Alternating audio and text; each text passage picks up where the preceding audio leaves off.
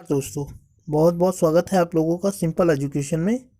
दोस्तों, आज की इस वीडियो में हम लोग बात करेंगे कक्षा 10 की सामाजिक विज्ञान की पाठ्यपुस्तक आर्थिक विकास की समझ के तीसरे अध्याय मुद्रा और साख के बारे में।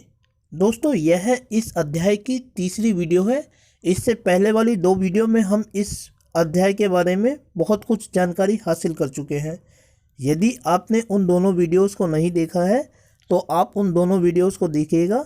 मैं उन दोनों वीडियो का लिंक इस वीडियो के डिस्क्रिप्शन बॉक्स में अपलोड कर दूंगा, ताकि आपको उस दोनों वीडियो को देखने में परेशानी का सामना ना करना पड़े। साथ ही दोस्तों, यह इस अध्याय की आज तीसरी और आखिरी वीडियो है। इसीलिए आपसे अनुरोध करता हूं कि अपनी इन तीनों वीडियोस के माध्यम से जो भी नोट्स मैंने आपके सामने प्रस्तुत किए हैं, उन सब की PDF फाइल के नोट्स का लिंक मैं इस वीडियो के डिस्क्रिप्शन में अपलोड कर दूंगा। तो आप उन नोट्स को डाउनलोड करके पढ़ना बिल्कुल ना भूलिएगा दोस्तों। तो चलिए, बिना वक्त जाया किए हुए हम लोग आरंभ करते हैं आज की इस वीडियो में मुद्रा और साख का अध्ययन। दोस्तों, अब तक की अपनी परिचर्चा में हम देख चुके हैं कि हमारी ज़िंदगी में हमेशा इस तरीके के कार्य आ जाते हैं, काम पड़ जाते हैं कि हमें लोगों से ऋण लेना पड़ता है। इसीलिए बहुत सारे लोग बैंकों से ऋण लेते हैं। और साथ ही हमने यह भी देखा था कि बैंक एक व्यापारी की भांति कार्य करता है। इसीलिए बैंक हमेशा लोगों को ऋण देने के लिए तत्पर रहता है। लेकिन दोस्तों, एक बड़ा सवाल ये उठता है कि क्या बैंक किसी भी व्यक्ति को ऋण प्रदान कर देता है? क्योंकि बैंक एक व्यापारी की भांति कार्य करता है और उसका कार्य लोगों को लोन देकर उससे इंटरेस्ट प्राप्त करना उसके व्यापार का, उसके लाभ का आधार होता है। तो ऐसे में ये सवाल उठना लाजमी है कि क्या बैंक किसी भी ऐसे व्यक्ति को लोन दे देता है जिसको पैसों की आवश्यकता होती है? तो इस संबंध में हम कह सकते हैं दोस्तों कि नहीं। भले ही बैंक व्यापारी की भांति जरूर कार्य करता है और उसका मकसद लोगों को लोन देकर लाभ अर्जित करना होता है, परंतु फिर भी बैंक हमेशा सभी लोगों को लोन नहीं देता है। बल्कि बैंक लोन देने से पहले इस बात की पूरी तरह जांच पड़ताल कर लेता है कि जिस व्यक्ति को भी वह लोन देने जा रहा है, क्या वह व्यक्ति लोन वापस करने में सक्षम है भी। यदि कोई व्यक्ति लोन वापस करने में सक्षम नहीं है तो ऐसे व्यक्ति को बैंक के द्वारा लोन नहीं दिया जाता। बैंक केवल ऐसे ही लोगों को लोन देता है जो लोन की किस्तों को वापस करने में सक्षम होता है। और इसके अलावा यदि बैंक किसी व्यक्ति को लोन देता है तो उससे वह किसी परिसंपत्ति के कागजात अपने पास रख लेता है, जिसे समर्थन ऋणाधार या गारंटी पेपर्स कहा जाता है। दोस्तों, प्रस्तुत उदाहरण NCERT की पाठ्यपुस्तक के पेज नंबर 45 से लिया गया है। इसमें हमें आवास ऋण के बारे में बताया गया है। तो देखते हैं हम कि आवास ऋण से संबंधित क्या जानकारी इसमें हमें दी गई है और इसके बाद हम इसकी परिचर्चा करेंगे। मेघा ने घर खरीदने के लिए बैंक से 5 लाख रुपए का कर्ज लिया। इस कर्ज पर ब्याज की वार्षिक दर 12% है और इस कर्ज का 10 साल में मासिक किस्तों में लौटाया जाना है। मेघा को बैंक से कर्ज लेने के पहले उसे अपनी नौकरी और वेतन संबंधी रिकॉर्ड दिखाने पड़ते हैं। बैंक नए घर के सभी कागज ऋणाधार के रूप में रख लेता है, जिन्हें मेघा द्वारा ब्याज समेत कर्ज लौटाने पर लौटा दिया जाएगा। तो दोस्तों, इस उदाहरण में हम देखते हैं कि यदि हम आवास ऋण यानी कि होम लोन बैंक से लेते हैं तो इसके लिए हमें कुछ जो औपचारिकताएं हैं वो पूरी करनी पड़ती हैं। बैंक सबसे पहले ये देखता है कि हमारी आमदनी का स्रोत क्या है, ताकि हम ब्याज सहित उस पैसे को लौटा सकें जिसे हम बैंक से लोन के रूप में प्राप्त करने जा रहे हैं। इसके अलावा मेघा ने जो घर खरीदा है नया, जिसको खरीदने के लिए उसने बैंक से लोन लिया है, उसके नए कागजातों को भी बैंक अपने पास रख लेता है ऋणाधार के रूप में। इसका आधार ये होता है कि यदि मेघा लोन नहीं चुकाती है तो बैंक उस ऋणाधार के पेजेस को, कागज को के माध्यम से उस संपत्ति को बेचकर अपने पैसों की भरपाई कर लेगा। तो दोस्तों, ये जानना बहुत महत्वपूर्ण है कि बैंक किसी भी व्यक्ति को वैक्यूम या अंधेरे में लोन नहीं देता है। बैंक क्योंकि एक व्यापारी की भांति कार्य करता है, इसीलिए किसी भी व्यक्ति को बैंक लोन देने से पहले इस बात की अच्छी तरह जांच पड़ताल कर लेता है कि वह व्यक्ति ऋण को लौटाने में सक्षम है भी या नहीं। दूसरी बात यह कि इस ऋणाधार का जो मकसद होता है वह यह होता है कि यदि व्यक्ति जानबूझकर या गलती से ऋण को लौटाने में चूक जाता है तो बैंक को यह अधिकार होता है कानूनी रूप से कि वह उस परिसंपत्ति को नीलाम करके अपने कर्जे की भरपाई कर सकता है।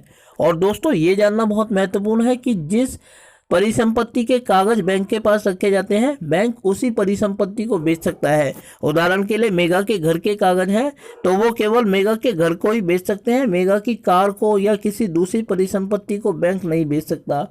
एक अन्य बात जो यहाँ जानना महत्वपूर्ण है दोस्तों, वो यह है कि जब बैंक किसी परिसंपत्ति को नीलाम करता है तो वो ये कभी भी नहीं देखता कि इससे उसे किसी या कितनी आमदनी हो रही है। उसे सिर्फ अपने उतने पैसों से मतलब होता है जितना उस व्यक्ति के ऊपर बकाया है। इसीलिए वो संपत्ति घाटे में बेची जाती है या लाभ में बेची जाती है, इससे बैंक को कभी भी कोई लेना देना नहीं होता है। वह सिर्फ अपनी ब्याज की दर को, रकम को ध्यान में रखकर उस परिसंपत्ति को नीलाम करता है। तो दोस्तों आपने देखा कि बैंक किसी व्यक्ति को लोन देने से पहले उसकी गारंटी पेपर रख लेता है ताकि यदि कोई व्यक्ति लोन चुकाने में चूक जाए तो बैंक उसकी परिसंपत्ति को नीलाम करके अपने पैसे को वसूल कर ले। साथ ही हमने ये भी देखा है कि बैंक जो होता है वो एक व्यापारी की भांति करता है और लोन को देने से पहले वह कुछ शर्तों को पूरा करता है जिसे ऋणाधार की या ऋण की शर्तें कहा जाता है। ऋण की शर्त के अंतर्गत दोस्तों बहुत सारी बातों को शामिल किया जा सकता है, जैसे कि ब्याज की दर, समर्थक ऋणाधार, आवश्यक कागजात एवं भुगतान के तरीकों को हम इसमें शामिल करते हैं, जिन्हें हम सम्मिलित रूप से ऋण की शर्तें कहते हैं। बैंक जो होता है वो एक व्यापारी की भांति कार्य करता है, इसीलिए बैंक का जो मकसद होता है वो ये जानना होता है कि जो व्यक्ति लोन की मांग बैंक से कर रहा है वो किस आधार पर कर रहा है, कैसे उसको लौटाया जाएगा। इसीलिए बैंक किसी भी व्यक्ति को ऋण देने से पहले इस बात की भली भांति जांच पड़ताल करता है कि बैंक से लोन की मांग करने वाला व्यक्ति बैंक को ऋण से ब्याज की दर सहित ऋण लौटाने में सक्षम है भी या नहीं। यदि कोई व्यक्ति सक्षम है तभी बैंक उसको लोन देता है, अन्यथा नहीं। और दोस्तों जो ऋण की ये शर्तें होती हैं अलग अलग प्रकार के लोन में ये अलग अलग होती हैं। अब दोस्तों अगला सवाल यह है कि विविध प्रकार के साख प्रबंध, अर्थात हमारी ज़िंदगी में अनेक ऐसे अवसर आते हैं जब हमें लोगों से या बैंक से उधार लेने की आवश्यकता पड़ती है। और बैंक से उधार लेने की आवश्यकता इसलिए पड़ती है दोस्तों कि हम अपने व्यक्तिगत स्तर पर इस पैसों की मांग को पूरा करने में कामयाब नहीं होते हैं। इसीलिए हमें ये ज़रूरत पड़ती है कि हम बैंक अथवा अन्य किसी संस्था से उधार लें या लोन प्राप्त करें। तो सवाल ये उठता है कि व्यक्ति किन किन कारणों से लोन लेता है। तो एक व्यक्ति अपनी ज़िंदगी में निम्नलिखित कारणों से लोन ले सकता है या लोन के ये प्रकार हो सकते हैं। पहला, घर के लिए अर्थात जिसको हम होम लोन कहते हैं। दूसरा, गाड़ी के लिए जिसको व्हीकल लोन या कार लोन कहते हैं। तीसरा, शिक्षा के लिए जिसको हम एजुकेशन लोन कहते हैं। और चौथा, खेती के लिए जिसको हम एग्रीकल्चर लोन कहते हैं, जो मुख्य रूप से किसानों को दिया जाता है। इनमें से दोस्तों व्यक्ति को जिस प्रकार के लोन की ज़रूरत होती है उसी से संबंधित जो ऋणाधार पेपर है यानी गारंटी पेपर है वो बैंक के द्वारा रखे जाते हैं और इसी के आधार पर बैंक द्वारा जो ब्याज की दर है वो तय की जाती है। तो अलग अलग परिस्थितियों में ब्याज की दर अलग अलग होती है और उसी के आधार पर जो गारंटी पेपर होते हैं वो बैंक द्वारा रखे जाते हैं। दोस्तों जो प्रस्तुत उदाहरण है वो पाठ्य पुस्तक के पेज नंबर 46 पर दिया गया है और इसमें विभिन्न प्रकार के लोन, उनकी परिस्थितियां और चुकाने के माध्यम के रूप में बताया गया है। बड़ा ही महत्वपूर्ण पेज है दोस्तों, इसीलिए हम इसको शब्द ब शब्द अर्थात वर्ड टू वर्ड पढ़ेंगे और इसके बाद हम जानेंगे कि हम इससे ऋण के बारे में क्या पता कर सकते हैं। तो दोस्तों चलिए हम शुरू करते हैं इस अध्याय के इस महत्वपूर्ण पृष्ठ का अध्ययन और उसके बाद हम अपनी परिचर्चा पर आगे बढ़ेंगे। विविध प्रकार के साख प्रबंध, एक गांव का उदाहरण। रोहित और रंजन ने कक्षा में ऋण की शर्तों के बारे में पढ़ना खत्म किया था। वे अपने इलाके में प्रचलित विविध प्रकार के ऋण प्रबंधों को जानने को उत्सुक थे। कौन लोग उधार देते थे, कर्जदार कौन थे, ऋण की क्या शर्तें थी। उन्होंने अपने गांव के कुछ लोगों से बात करने का फैसला किया। आगे आप इनका लेख पढ़ सकते हैं। 15 नवंबर 2006 हम सीधा उन खेतों में जाते हैं जहां दिन के इस समय अधिकतर किसान और मजदूर काम कर रहे होंगे। खेतों में आलू की फसल लगी हुई है। पहले हम सोनपुर, एक छोटा सा गांव जहां सिंचाई की सुविधाएं मौजूद है, के एक छोटे किसान श्यामलाल से मिलते हैं। तो दोस्तों, श्यामलाल से बातचीत का अंश आपके सामने है। देखते हैं कि क्या बातचीत होती है श्यामलाल से, रोहित की और रंजन की। श्यामलाल का कहना है कि उसे अपनी 1.5 एकड़ ज़मीन को जोतने के लिए हर मौसम में उधार लेने की ज़रूरत पड़ती है। कुछ साल पहले तक वह गांव के महाजन से ऋण लेता था, जिस पर उसे 5% मासिक ब्याज देनी पड़ती थी, अर्थात 60% वार्षिक। पिछले कुछ वर्षों में से श्यामलाल गांव के एक कृषि व्यापारी से 3% मासिक ब्याज की दर पर ऋण ले रहा है। जुताई के मौसम की शुरुआत होने पर व्यापारी ऋण पर कृषि संबंधित आगतें यानी ज़रूरतें मुहैया कराता है, जिसे फसल तैयार हो जाने पर वापस करना होता है। ऋण पर ब्याज के अलावा व्यापारी किसानों से वादा लेता है कि वह अपनी फसलें उसी को बेचेगा। इस तरह व्यापारी निश्चिंत है कि ऋण की अदायगी समय से हो जाएगी। फसल की कीमतें फसल काटते समय कम होती हैं, इसीलिए वह किसानों से कम कीमत पर फसल खरीदकर और बाद में कीमत बढ़ने पर बेचकर भारी मुनाफा कमाता है। व्यापारी को उस समय फसल खरीदने से मुनाफा होता है। वह फसल सस्ते में खरीदकर बाद में कीमतें बढ़ने पर बेचता है। दोस्तों, आप इस चित्र में ज़मीन से आलू को खोदते हुए महिलाओं को देख सकते हैं। ये एक आलू के खेत का उदाहरण है। तो श्यामलाल का उदाहरण दिखाता है कि उसे एक व्यापारी से ऋण लेना पड़ता है, और ऋण तब लिया जाता है जब फसल की खेती की शुरुआत होती है। इसके लिए जितनी भी ज़रूरतें होती हैं खेती करने के लिए, वो सारी सुविधाएं व्यापारी द्वारा प्रदान की जाती हैं। और साथ ही श्यामलाल से यह वचन ले लिया जाता है कि फसल पकने पर वह उस व्यापारी को ही अपनी फसल बेचेगा। फसल जब कटती है तो वो कम कीमत पर खरीदी जाती है, और व्यापारी रेट बढ़ने तक उसका इंतज़ार करता है। जब रेट बढ़ जाता है तो फिर वह उसे बाज़ार में ले जाकर बेचता है। इस प्रकार वह व्यापारी भारी मुनाफा कमाता है। चलिए दोस्तों, अब देखते हैं कि रोहित और रंजन आगे कहाँ गए। अब हम अरुण से मिलते हैं, जो एक किसान मजदूर के काम का निरीक्षण कर रहा है, यानी कि सुपरवाइजर है। अरुण के पास 7 एकड़ ज़मीन है। अरुण सोनपुर के उन कुछ लोगों में से है जिसे खेती के लिए बैंक से ऋण मिला है। इस ऋण पर वार्षिक ब्याज दर 8.5% है, और इसे अगले 3 वर्षों में कभी भी लौटाया जा सकता है। अरुण की योजना है कि वे फसल तैयार होने पर अपनी उपज का कुछ हिस्सा बेचकर इस ऋण की अदायगी कर देगा। वह बाकी आलू की फसल को शीत भंडार गृह में रखकर बैंक से इसके बदले नया ऋण लेने के लिए दरख्वास्त देना चाहता है। बैंक उन किसानों को ऐसी सुविधाएं देने के लिए तैयार है जो पहले भी खेती के लिए उससे ऋण ले चुके हैं। अर्थात दोस्तों, ये जो अरुण है, इसने भी बैंक से ऋण लिया है, और ये आसान किस्तों पर बैंक को लौटा देगा, और इसके ऊपर बहुत कम बंदिशें हैं। ये दोबारा से लोन भी ले सकता है। अगला है रमा का उदाहरण। रमा निकट के खेत में कृषि मजदूर के रूप में काम करती है।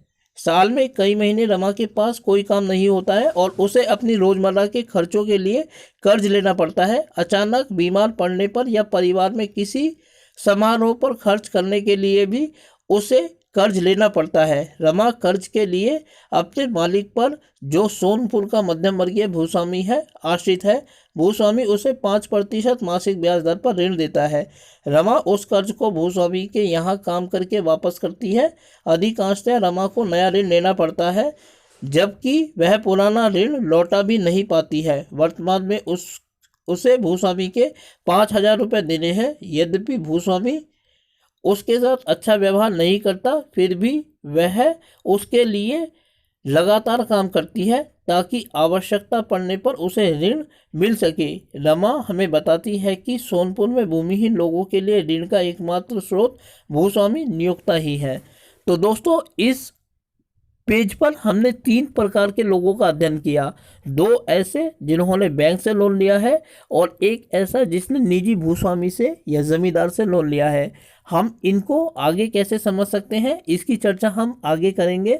फिलहाल हम देख सकते हैं कि लोगों को अपनी अलग अलग ज़रूरतों को पूरा करने के लिए लोन लेना पड़ता है और लोन की अलग अलग किस्तें होती हैं। लोन अलग अलग लोगों द्वारा लिया जाता है और अलग अलग स्रोतों से लिया जाता है। अब हम आगे देखेंगे कि हम इनको बैंक में किस तरीके से 2 स्रोतों में यानी औपचारिक और अनौपचारिक में विभाजित कर सकते हैं। चलिए दोस्तों आगे बढ़ते हैं और जो पेज का अभी हमने अध्ययन किया अरुण और रंजन के फील्ड रिसर्च का, उसके बारे में परिचर्चा को आगे बढ़ाते हुए हम देखते हैं कि भारत में ऋण के औपचारिक तथा अनौपचारिक शाख। दोस्तों हम जानते हैं कि हम लोगों को अपनी दैनिक ज़िंदगी में कई बार ऐसी आकस्मिक दिक्कतों का सामना करना पड़ता है कि हमें ऋण लेने की ज़रूरत पड़ जाती है, क्योंकि तत्काल हमारे सामने ऐसा कोई विकल्प नहीं होता कि हम उस परिस्थिति से निपट सकें। इसीलिए हमें मजबूर होकर ऋण लेने के बारे में, उधार लेने के बारे में सोचना पड़ता है। और कोई भी व्यक्ति 2 तरीके से ऋण प्राप्त कर सकता है। ऋण प्राप्त करने के 2 स्रोत होते हैं। पहला है दोस्तों औपचारिक स्रोत। औपचारिक स्रोत उस स्रोत को कहा जाता है जो उन संस्थाओं से प्राप्त किया जाता है जो सरकार द्वारा कानूनी रूप से स्थापित की जाती हैं। इनमें मुख्य रूप से हम बैंकों को शामिल कर सकते हैं, क्योंकि बैंकों को सरकार द्वारा स्थापित किया जाता है और बैंक पूरी जांच पड़ताल करने के बाद, पूरी कागजी कार्रवाई करने के पश्चात लोगों को ऋण प्रदान करते हैं। इसमें समय बहुत लगता है दोस्तों। इसके अलावा हम कुछ सहकारी समितियों को भी इसमें शामिल कर सकते हैं जो पूरी जांच पड़ताल करने के पश्चात किसी भी व्यक्ति को ऋण प्रदान करते हैं। तो औपचारिक स्रोत वे स्रोत होते हैं जिनको हम सरकार द्वारा स्थापित संस्थाओं के रूप में देख सकते हैं। इसके अंतर्गत हम दोस्तों श्यामलाल का उदाहरण देख सकते हैं, श्यामलाल का नहीं, इसमें हम सिर्फ अरुण का उदाहरण देख सकते हैं जिसने बैंक से लोन लिया है और बैंक से लोन लेने के बाद वो 3 वर्षों में आसानी से उसको चुका सकता है। और जो ऋण का दूसरा स्रोत है दोस्तों, उसको हम ऋण के अनौपचारिक स्रोत कहते हैं। ऋण के अनौपचारिक स्रोत उन स्रोतों को कहा जाता है दोस्तों जिसके अंतर्गत हम अपने उन लोगों को शामिल करते हैं जिनसे हम ऋण प्राप्त करते हैं, कर्जा प्राप्त करते हैं, जो बिना कागजी कार्रवाई के हमारी जान पहचान के आधार पर, हमसे संबंधों के आधार पर हमें ऋण प्रदान कर देते हैं। इसके अंतर्गत हमें अब अपने आस पड़ोस के दोस्तों को, व्यापारियों को, महाजनों को, गांव के जमींदारों को शामिल करते हैं, क्योंकि जब कभी हमें तत्कालीन ऋण की आवश्यकता होती है, उदाहरण के लिए मान लीजिए कि हमें अचानक से बीमारी के लिए लोन लेना पड़ता है या हमारे घर की छत गिर गई है और हमें तुरंत लोन की आवश्यकता है, ऐसे में हम औपचारिक स्रोतों का इंतजार नहीं कर सकते, क्योंकि यदि हम बैंक से ऋण की मांग करते हैं तो बैंक पूरी कागजी कार्रवाई करने के पश्चात ऋण प्रदान करेगा। इसीलिए यदि हम किसी बीमारी का इलाज करने के लिए ऋण प्राप्त करना चाहते हैं तो जब तक बैंक की लोन देने की कार्रवाई पूरी होगी, पता चलेगा कि जिस व्यक्ति की इलाज के लिए लोन लिया जा रहा था वो स्वर्ग से दार गया। इसीलिए हम ऐसी परिस्थितियों में मुद्रा के या साख के औपचारिक स्रोतों की तरफ नहीं मुड़ सकते। ऐसे में हमारे लिए ज़रूरी होता है कि हम तत्काल और इमरजेंसी में कहीं से भी पैसा प्राप्त कर सकें। इसीलिए हम साख के अनौपचारिक स्रोतों की तरफ बढ़ते हैं और ये स्रोत बड़ा ही महत्वपूर्ण है दोस्तों, क्योंकि इसमें हम अपने दोस्तों से, रिश्तेदारों से, आस पड़ोस से, गांव के जमींदारों से सिर्फ अपने निजी संबंधों के आधार पर, अपनी जान पहचान के आधार पर ऋण प्राप्त कर सकते हैं। दोस्तों जो मुद्रा के 2 स्रोत हैं, साख के 2 स्रोत हैं, औपचारिक और अनौपचारिक, इनमें से दोनों के अपने अपने अधिक अलग अलग लाभ हैं और अलग अलग हानियां हैं। हम इनमें से किसी भी स्रोत से अपनी ज़रूरत के मुताबिक लोन प्राप्त कर सकते हैं, लेकिन वर्तमान समय की ये ज़रूरत है दोस्तों कि हम अपनी आवश्यकताओं के अनुरूप मुद्रा के औपचारिक स्रोतों को प्राप्त करें, क्योंकि औपचारिक स्रोतों में धोखाधड़ी की संभावना बहुत कम होती है। अनौपचारिक संबंधों से ऋण जब हम लेते हैं तो अक्सर ये संबंधों को बिगाड़ देते हैं, क्योंकि व्यक्ति ऋण प्राप्त तो कर लेता है लेकिन ऋण देने वाला उसको शीघ्रातिशीघ्र वापस लेना चाहता है, जबकि जिस व्यक्ति ने अपनी मजबूरियों के कारण ऋण लिया होता है वो अभी इस परिस्थिति में नहीं होता है कि तत्काल ऋण का भुगतान कर सके। इसीलिए अक्सर ये होता है कि मुद्रा के जो साख के अनौपचारिक स्रोत होते हैं वो व्यक्ति के आपसी संबंधों को बिगाड़ देते हैं और इसमें अक्सर धोखाधड़ी का भी सहारा लिया जाता है। इसका उदाहरण हम अनेक रूपों में देख सकते हैं, जैसे कि गांव के व्यापारी से महाजन से व्यक्ति 50 रुपये का ऋण लेता है, लेकिन व्यापारी अपनी कूपमंडूकता के कारण उसको 500 रुपये लिख देता है। और इन बही खातों को लोग अक्सर देख नहीं पाते हैं क्योंकि लोग अक्सर पढ़े लिखे नहीं होते हैं और वो उसी बात को सच मान लेते हैं जो व्यापारी द्वारा बताया जाता है, क्योंकि उनके पास विरोध करने का आधार नहीं होता, शक्ति नहीं होती। इसीलिए हमें यह ज़रूरी है हमारे लिए कि हम मुद्रा के या ऋण के औपचारिक स्रोतों का ज़्यादा से ज़्यादा इस्तेमाल करें। चलिए दोस्तों, अब हम इस अध्याय की समाप्ति की ओर बढ़ रहे हैं। अगला जो बिंदु है वो है निर्धनों के स्वयं सहायता समूह। दोस्तों, वर्तमान समय में देश में जो ऋण का एक अलग स्रोत है वो उभर कर आ रहा है और वह है निर्धनों के स्वयं सहायता समूह। इसके अंतर्गत ये होता है कि आस पड़ोस में रहने वाले 15-20 परिवार आपस में एक समूह का निर्माण करते हैं और वो उसमें अपने परिवार की बचत के हिसाब से पैसे जोड़ते हैं। जब ये पैसे इकट्ठे हो जाते हैं तो वो लोग सरकार से या किसी अन्य संस्था से ऋण की मांग करते हैं और उस ऋण का प्रयोग स्वरोजगार जैसे महत्वपूर्ण कार्यों को करने के लिए करते हैं और इसके बाद धीरे धीरे उस लोन को चुका दिया जाता है। हालांकि इस तरीके के ऋण पर लोन ब्याज लिया जाता है, परंतु इसमें जो ब्याज की दर होती है वो किसी महाजन या व्यापारी द्वारा तय किए गए ब्याज की दर से बहुत कम होती है। दोस्तों, एक व्यक्ति हैं जिनका नाम है प्रोफेसर यूनुस। इन्होंने ये बांग्लादेश में ग्रामीण बैंक के संस्थापक थे और 2005 में इन्हें नोबेल पुरस्कार से सम्मानित किया गया था। इन्होंने महिलाओं के बारे में बड़ी ही महत्वपूर्ण बात की कही है और दिखाया है कि महिलाएं अच्छी कर्जदार होती है और अगर हम उनको कर्ज दे देते हैं तो वो न केवल सही तरीके से कर्ज को चुकाने में सक्षम है बल्कि वे स्वरोजगार जैसे नियोजन में इस कर्ज का इस्तेमाल करने में भी बहुत सक्षम है। इससे वो न केवल पैसों का सदुपयोग करती है बल्कि रोजगार के अवसरों का भी सृजन करती हैं। दोस्तों, पाठ्य पुस्तक में जो अंश इसका दिया गया है हम सीधा उसको देखते हैं और उसके बाद हम वापस इस परिचर्चा में शामिल होंगे। चलिए दोस्तों, ये जो उदाहरण आपके सामने प्रस्तुत किया जा रहा है पाठ्य पुस्तक के पेज नंबर 52 से अर्थात 52 से लिया गया है। इसमें बांग्लादेश के ग्रामीण बैंक के बारे में बताया गया है। तो सबसे पहले हम देखेंगे कि ग्रामीण बैंक के बारे में क्या बताया गया है और उसके बाद प्रोफेसर यूनुस खान का क्या मानना है इसके बारे में, उसकी तरफ हम चर्चा करेंगे। बांग्लादेश ग्रामीण बैंक का उचित ब्याज दरों पर गरीबों की ऋण जरूरतों को पूरा करने का बड़ा सफल इतिहास रहा है। इसकी स्थापना 1970 में एक छोटे पैमाने पर हुई। ग्रामीण बैंक के अब 60 लाख कर्जदार हैं जो बांग्लादेश के 40,000 गाँवों में फैले हुए हैं। इससे ऋण लेने वाली ज़्यादातर महिलाएं हैं जिनका संबंध समाज के गरीब तबके से है। इन कर्जदारों ने दिखा दिया है कि न केवल गरीब महिलाएं भरोसेमंद कर्जदार हैं बल्कि वे विभिन्न तरह की छोटी आय वाली गतिविधियों को सफलतापूर्वक शुरू करने और चला सकने में सक्षम है। तो दोस्तों, महिलाओं की काबिलियत के बारे में इसमें जो बताया गया है उसे हम देख सकते हैं। अब हम देखते हैं कि प्रोफेसर साहब ने इसके बारे में क्या कहा है। गरीब लोगों को सही और उचित शर्तों पर ऋण उपलब्ध कराया जा सकता है तो लाखों छोटे लोग अपनी लाखों छोटी छोटी गतिविधियों के जरिए विकास का सबसे बड़ा चमत्कार कर सकते हैं।